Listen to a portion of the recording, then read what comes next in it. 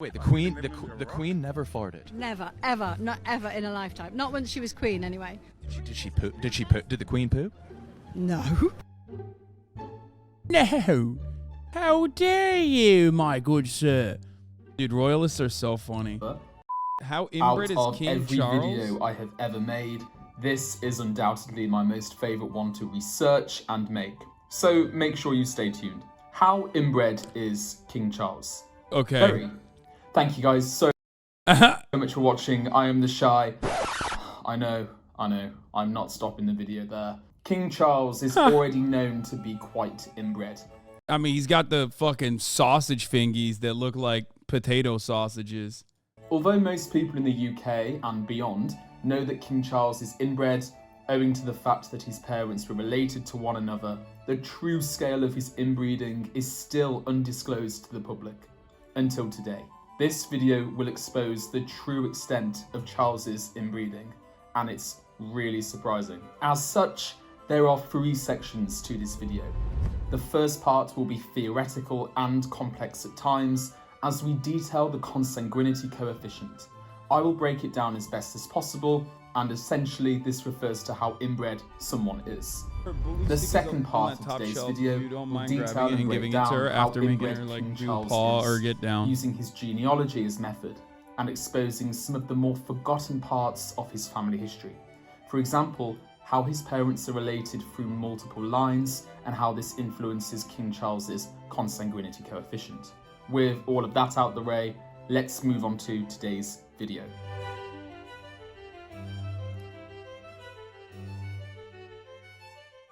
To actually work out how inbred King Charles is, we need to be scientific and use an equation. Turns out, working out how inbred someone is actually pretty popular, so there's plenty of guidance online to support this. Nonetheless, I'm going to break it down in simple terms here, how to work out how inbred someone is. To do this, we need to use something known as the coefficient of consanguinity relationship, also known as consanguinity coefficient. This scale is from 0, the least inbred, to 1, which is the most inbred, which is actually impossible to have. The reason is because in order to have 100% consanguinity, or 1 if we apply the scale, you would have to have a child with yourself, which is biologically speaking impossible for a human to do. Listen, if it was possible, all I'm going to say is this. If it was possible, the royals would have found it, okay? The royals would have found a method to do it because they genuinely were on a conquest to basically fucking be the most inbred in an effort to ensure maximum wealth accumulation in the hands of one family.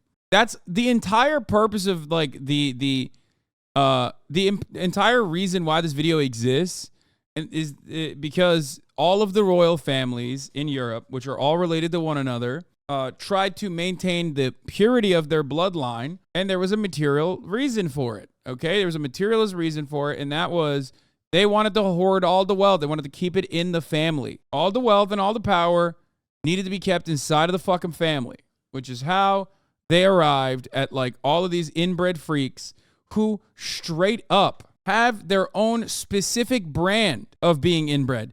This Shy Historian is correct. There is a, I mean, he already covered this one too. Like how inbred were the Habsburgs, the Spanish line. You can trace the very specific genetic disorder to the individual families. Sorry, royalty. You may have power, but you certainly don't have the power to do that. Well, at least not yet. However, there are also some other relations where it's possible, sadly, to have children with.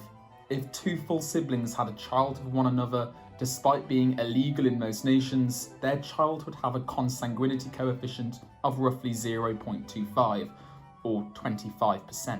What about Egyptian dynasties? Dynasties across the board. I'm not entirely familiar with Egyptian dynasties. I can't speak on that at all.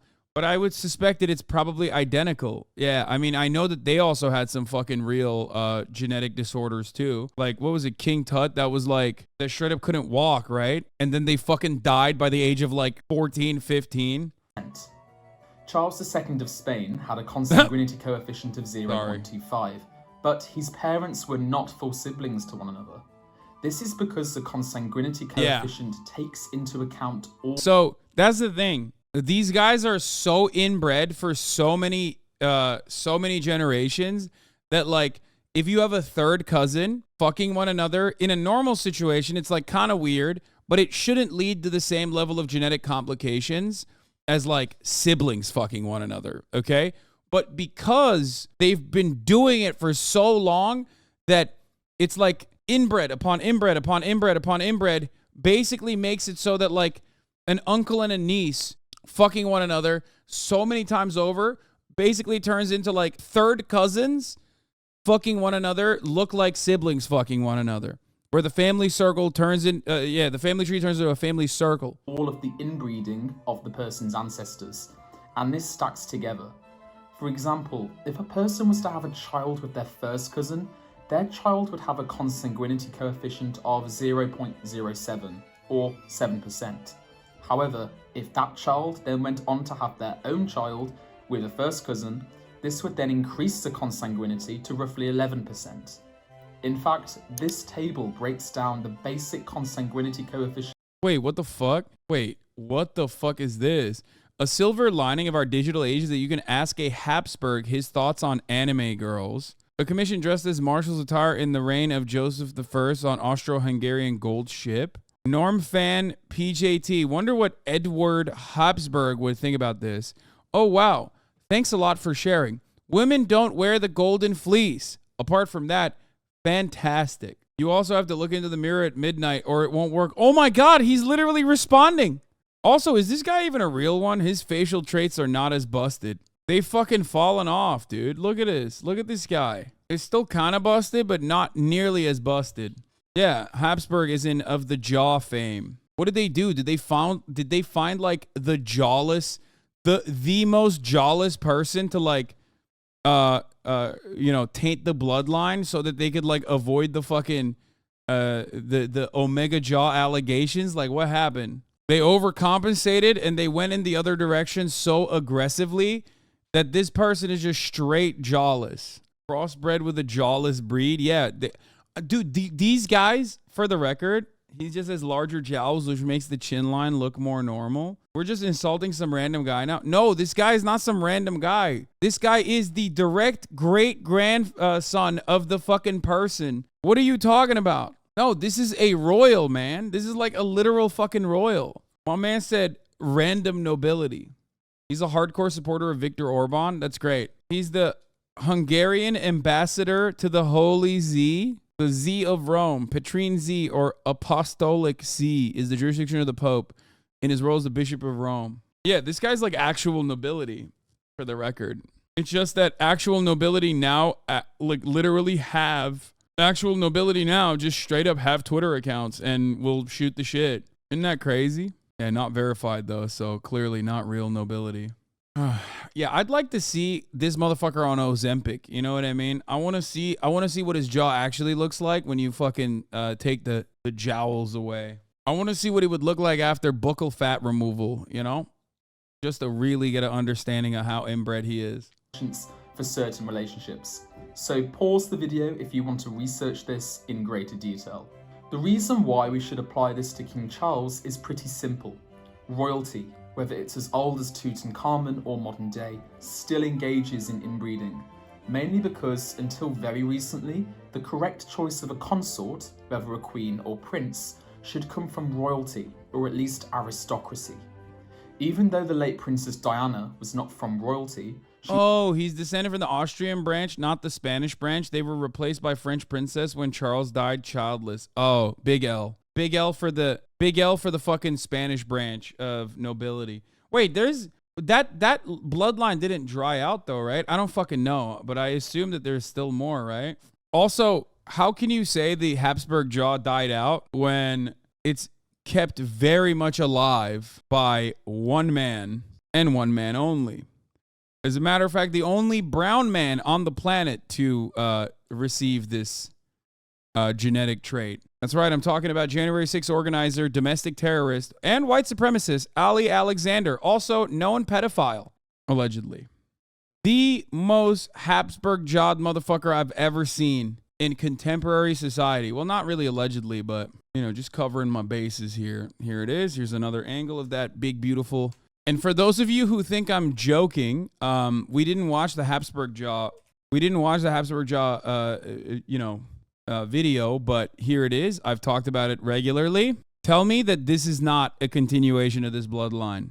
Tell me a difference between the picture on the left and this picture. Can't. But he also continues the royal tradition of like pedophilia too. So I guess like he really is keeping it alive in many ways. You know what I mean? Because like these motherfuckers absolutely would be demanding dick pics from underage boys and girls, really. Just like photos of genitalia if they were, you know, alive in this day and age. Anyway, let's continue. She was the daughter of an earl, and she was in fact a very distant cousin to King Charles. Even the current Queen Consort, Camilla, is a secret cousin to King Charles. However, this isn't Do you know any inbred people personally? Only Ludwig. open secret and withheld to the public at large.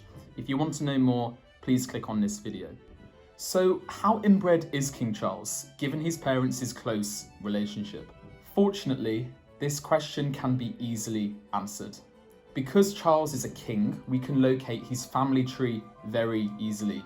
And this is a huge family tree.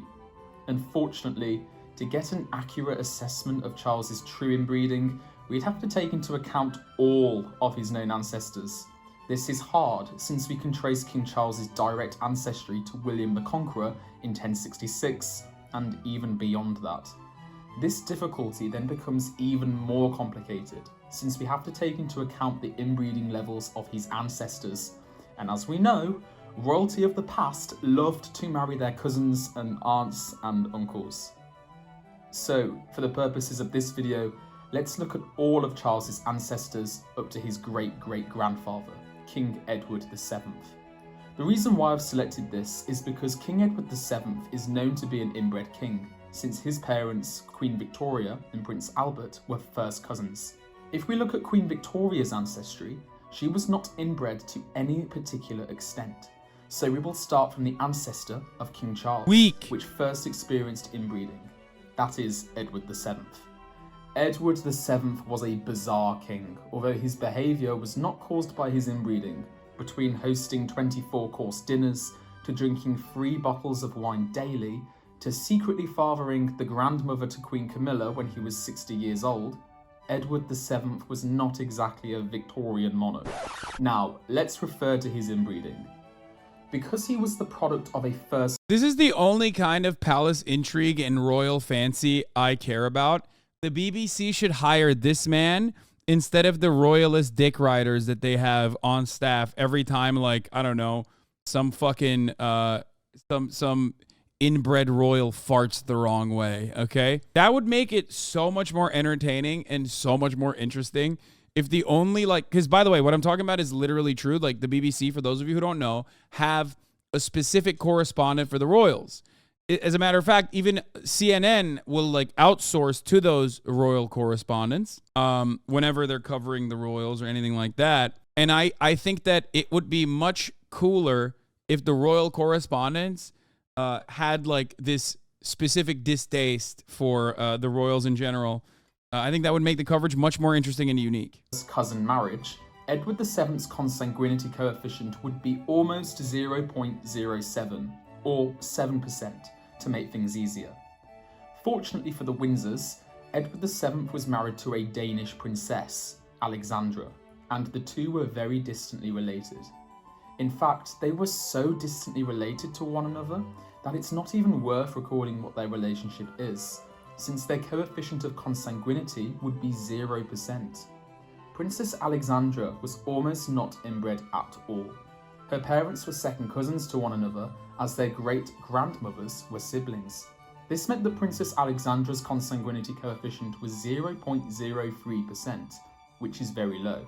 Because Alexandra and Edward were almost not related to one another at all, their children would inherit a very low consanguinity coefficient, also known as inbreeding level.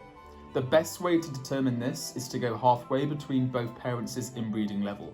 meaning that their son, George V, would have had a consanguinity coefficient of 0.055%. Still very low, all things considered. Now, things will become slightly more complicated. You see, George V married a German princess, Mary of Teck, who wasn't really German. In fact, she was raised in England because her mother... The queen never farted. The most normal. It's disrespectful to think of the king shitting. The Queen never used to fart. The Queen never farted. Never. No. Even when she passed? No. No gas release? Gas at all. So wait, the queen never farted. Never, ever, not ever in a lifetime. Not when she was queen, anyway. Did she poop? Did the queen poop? No. No. How dare you, my good sir? Dude, royalists are so funny.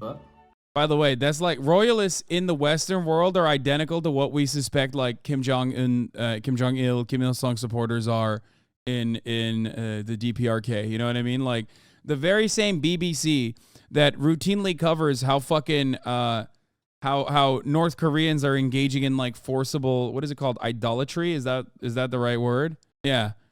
It is the right word. God, I'm so fucking smart. Sometimes I blow my own mind.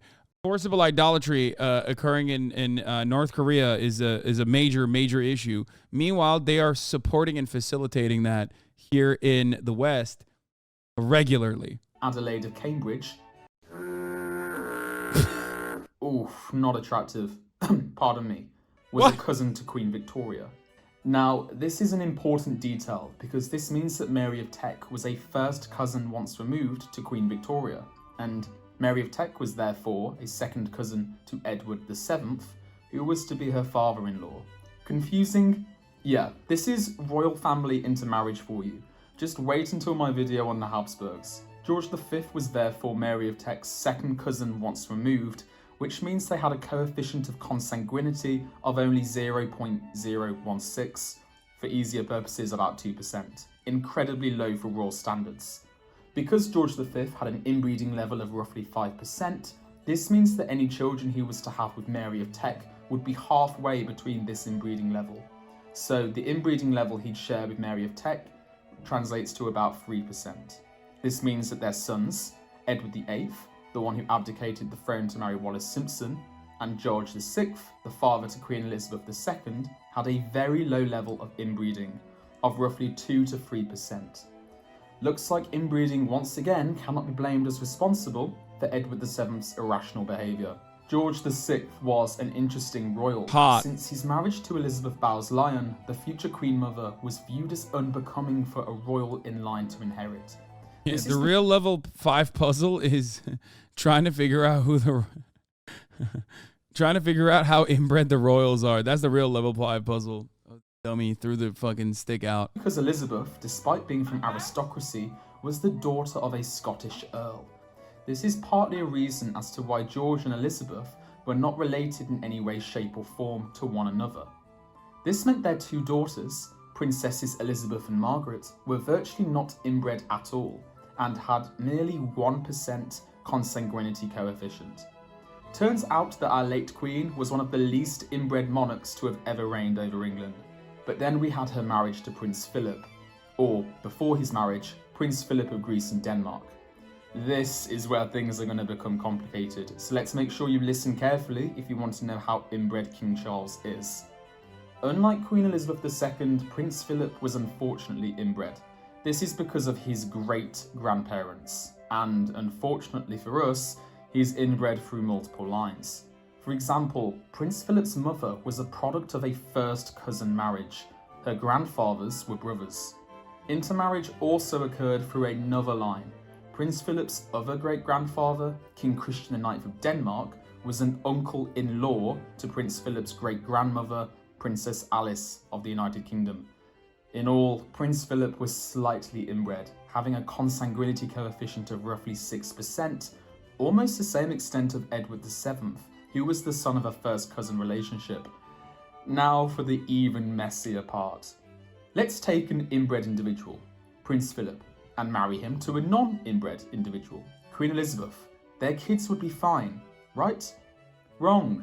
This is because, as many of us know, Prince Philip and Queen Elizabeth II were related. On the royal family website, it claims that Philip and Queen Elizabeth are third cousins. Philip's great-grandmother, Princess Alice, was the sister to Queen Elizabeth's great-grandfather, King Edward VII. This means that they are precisely third cousins. But hang on, because of how messy intermarriage in European royal families was since Queen Victoria, Philip and Elizabeth are in fact related through yet another line. Philip's grandfather, King George of Greece, was Princess Alexandra's brother. Remember, she was the wife to Edward VII.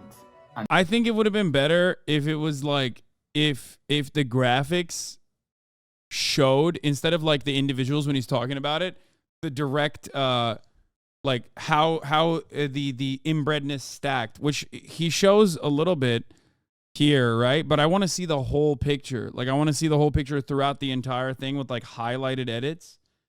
You know what I mean? Because like there is way too much cousin fucking here. There's way too much cousin fucking going on and way too much uncle fucking going on for us to like fully visualize the family tree turned family circle, the circle of life. And therefore, she is the great-grandmother to Queen Elizabeth. Because of this, Queen Elizabeth and Prince Philip are also second cousins to one another. At the same time, they are also third cousins. That's some really messy inbreeding right there. They're definitely more inbred than Ludwig. Yeah, Ludwig, or even like the average person living in Iceland, is like obviously still a little inbred, but nowhere near as inbred as like the royals are. So, what does this mean when we finally look at King Charles's level of inbreeding? As a base value, we have to go halfway between Queen Elizabeth and Prince Philip's inbreeding levels. Halfway between 1% and 7% would be 4%. But because of the interrelationship between Prince Philip and Queen Elizabeth, there is yet another consideration. Firstly, the second cousin relationship would mean another 6% of inbreeding, and a third cousin relationship would be another 3% of inbreeding. This means that King Charles's inbreeding level cannot be 4% because his parents were in fact related to one another in multiple ways. Because of the multiple lines of relationship, this acts as an enhancement to the children's level of inbreeding. So we would, as a base level, combine the second cousin relationship, 6%, and apply that to the third cousin relationship. Why are we watching this video? Sleeper vid about Ludwig's family. Please cover the newsman. Yeah, this is Ludwig's family. Ludwig's a direct descendant of British royalty. 3%, which totals to... No, man, he's just like regular old New Hampshire white guy inbred, okay? That's like normal. That's like European inbred, which is fine. Well, it's not fine, but it's like, oops, like cousins. About 9%. Then when we look at the parents, we can see that there are already some trace elements of inbreeding in Prince Philip. As a rough estimation, King Charles's consanguinity coefficient, his level of inbreeding... By the way, Kaya's ripping through that now. 13%. To be Come precise, on. Charles's inbreeding level is roughly just over 10%. And there we have it. How inbred King Charles III is. Thank you guys so much for watching this video. I had... What? Ludwig's actually inbred? I thought it was a joke. Yeah, Ludwig's grandparents are related to one another, but like not super much. Okay, she gave up on the wrong corner. She got one of the corners and then fucking gave up on that. No, keep going through that corner, dummy. What are you doing? Tackle the corner. Kaya's a real corner tackle.